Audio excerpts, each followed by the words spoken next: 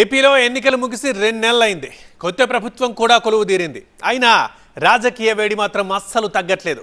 ముఖ్యంగా విశాఖ తీరంలో పొలిటికల్ కెరటాలు ఎగిసిపడుతున్నాయి. ఈ స్థానంలో పెద్దల సభకు జరుగుతున్న ఎన్నికలే దీనికి గల ప్రధాన కారణం. ఇంతకీ ఈ ప్లేస్కి ఎందుకంత ప్రయారిటీ? పొలిటికల్గా ఎందుకు ఈ క్యూరియాసిటీ? వేడెక్కుతున్న విశాఖ రాజకీయం. ఎమ్మెల్సీ ఎన్నిక కోసం పాలక ప్రతిపక్షాల ఎత్తుగడలు. ఎవరి వ్యూహం వారిదే, ఎవరి ధీమా వారిదే. తీరంలో పెద్దల పోరు. నెగ్గేదెవరు, ఓడేదెవరు? విశాఖ కేంద్రంగా జరుగుతున్న రసవత్తర రాజకీయ క్రీడపై ప్రస్తుతం నడుస్తున్న చర్చ ఇదే. స్థానిక సంస్థల కోటాలో ఎమ్మెల్సీ ఉప ఎన్నికకు సమయం దగ్గర పడే కొద్దీ అధికార ప్రతిపక్ష పార్టీలు వ్యూహాలకు పదును పెడుతుండటంతో పొలిటికల్ అట్మాస్ఫియర్ రోజుకో విధంగా మారుతోంది. ఎవరి వ్యూహం వారిదే, ఎవరి ధీమా వారిదే అన్నట్టుగా ఉంది వ్యవహారం. ఇప్పటికే మాజీ మంత్రి బొత్స సత్యనారాయణను అభ్యర్థిగా ప్రకటించిన వైసీపీ గెలుపు వ్యూహాలు రచించడంలో బిజీగా ఉంది. ఉత్తరాంధ్ర జిల్లాల పార్టీ నేతలు కేడర్తో సమీక్ష చేసి బొత్స అభ్యర్థిత్వాన్ని ఖరారు చేసిన వైఎస్ జగన్మోహన్ రెడ్డి ఆయన గెలుపును చాలా ప్రతిష్టాత్మకంగా తీసుకున్నారు. బలాబలాల ఆధారంగా గెలుపు అవకాశాలు ఎక్కువగా ఉండడంతో ఎట్టి పరిస్థితుల్లోనూ సిట్టింగ్ సీట్ చేజారనివ్వొద్దని భావిస్తున్నారు జగన్. అందుకే విశాఖ స్థానిక సంస్థల ప్రజాప్రతినిధులతో వరుస భేటీలు నిర్వహిస్తున్నారు. ప్రలోభాలకు లొంగొద్దని, బెదిరింపులకు భయపడొద్దని నేతలకు ధైర్యం చెప్తున్నారు జగన్.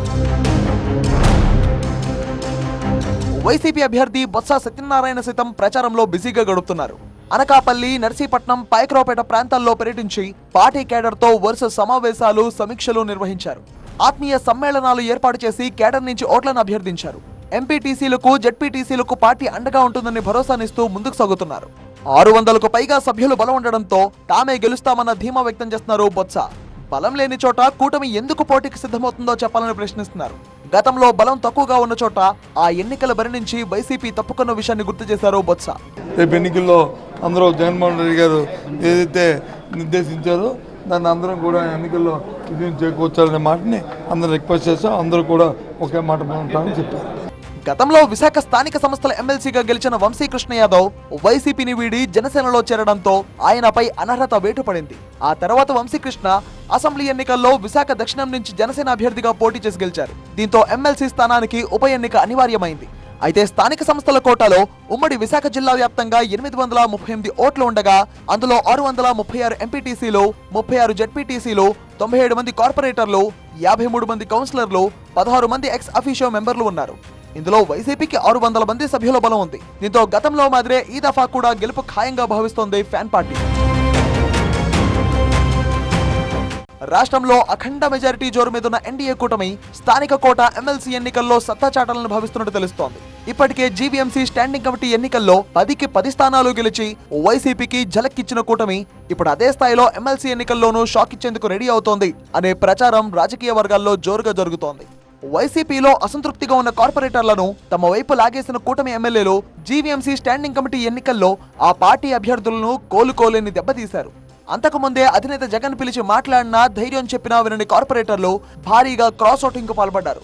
దీంతో ఎమ్మెల్సీ ఎన్నికల్లోనూ అదే పంథాలో కూటమి విజయం సాధిస్తోంది అనే ప్రచారం జోరందుకున్న వేళ వైసీపీ హైకమాండ్ అలర్ట్ అయింది.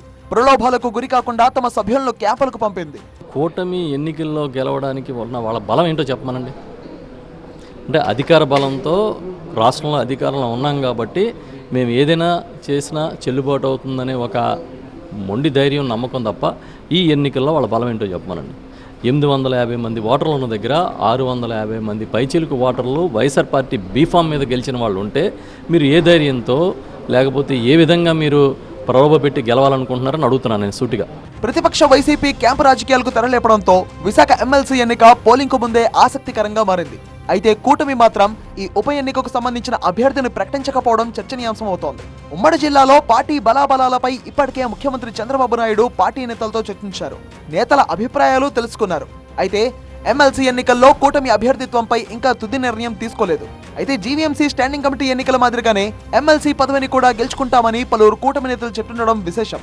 ఇప్పటికే కొంతమంది వైసీపీ సభ్యులు కూడా కూటమికి మద్దతు తెలుపుతున్నారని, ఖచ్చితంగా గెలిచి తీరుతామని ధీమా వ్యక్తం చేస్తున్నారు.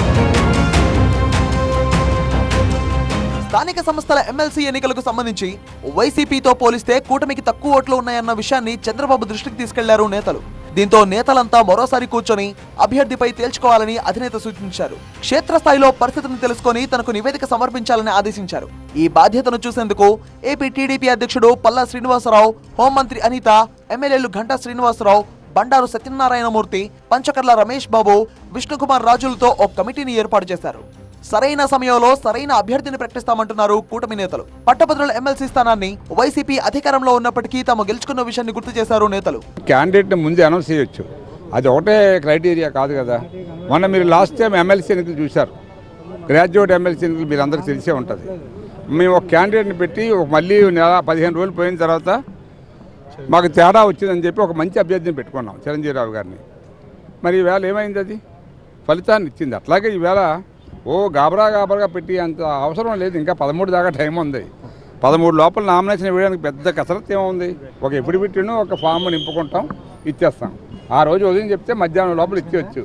పార్టీ ఎవరిని పెడితే వాళ్ళకి పనిచేయడానికి సిద్ధంగా ఉండండి. నేను అవనివ్వండి, లేకపోతే ఇంకో కొత్త అభ్యర్థిని అవనివ్వండి, లేదా పిల్ల గోవింద్ అవనివ్వండి, లేకపోతే పివిజి కుమార్ అవనివ్వండి, ఎవరిని పెట్టినా మనం పార్టీ ఏం చెప్తే చేయడానికి మేము సిద్ధంగా ఉన్నాం తప్పితే మేము సొంత నిర్ణయాలు తీసుకొని ఈవేళ పనిచేసే పరిస్థితి లేదు.